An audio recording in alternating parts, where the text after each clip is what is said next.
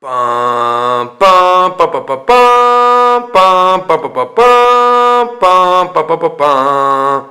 Hey YouTube, it's your friend Dom again, here with issue number 5 of the Build the Millennium Falcon model kit. This issue is going to help me complete the cockpit, and so I'll just dive right into what exactly this issue is all about.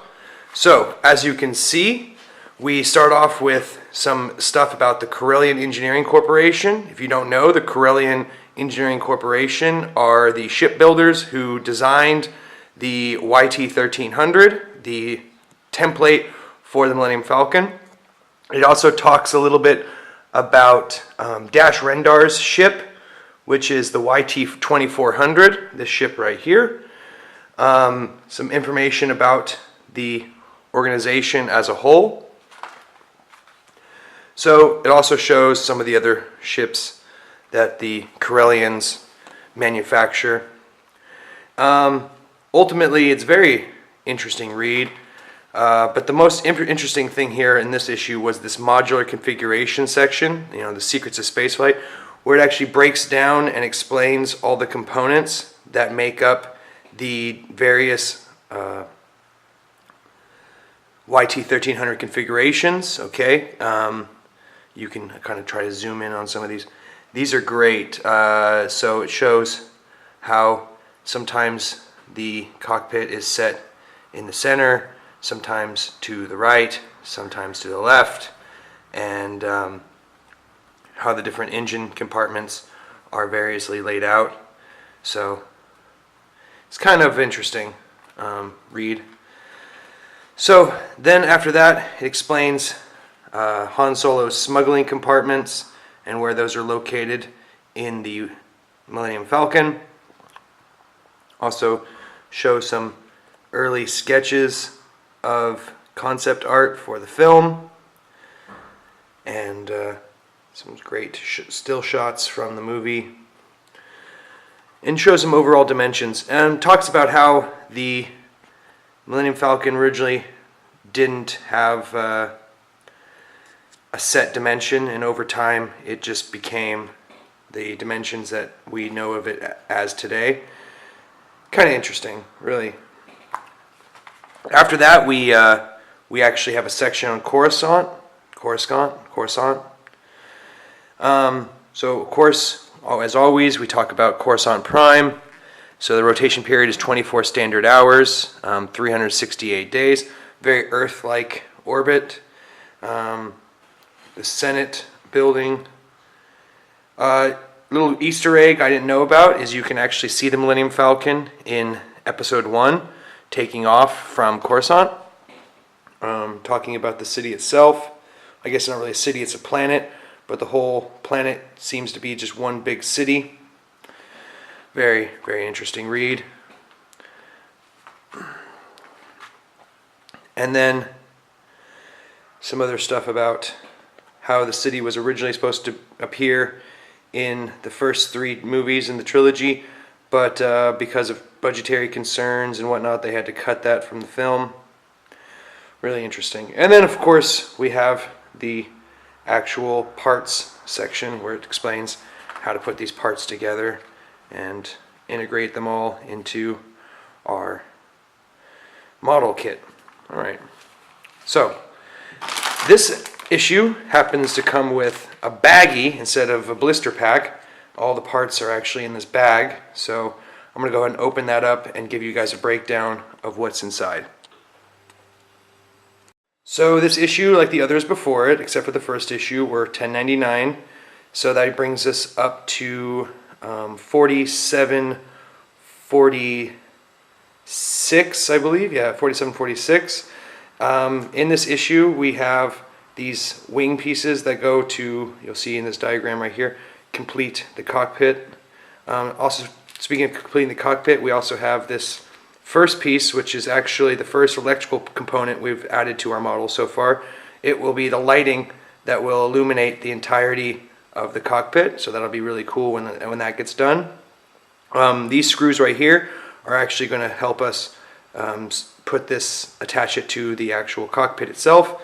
And then we have these shell pieces that actually form the neck of the cockpit itself. Alright, so let's start building this thing and see what we get.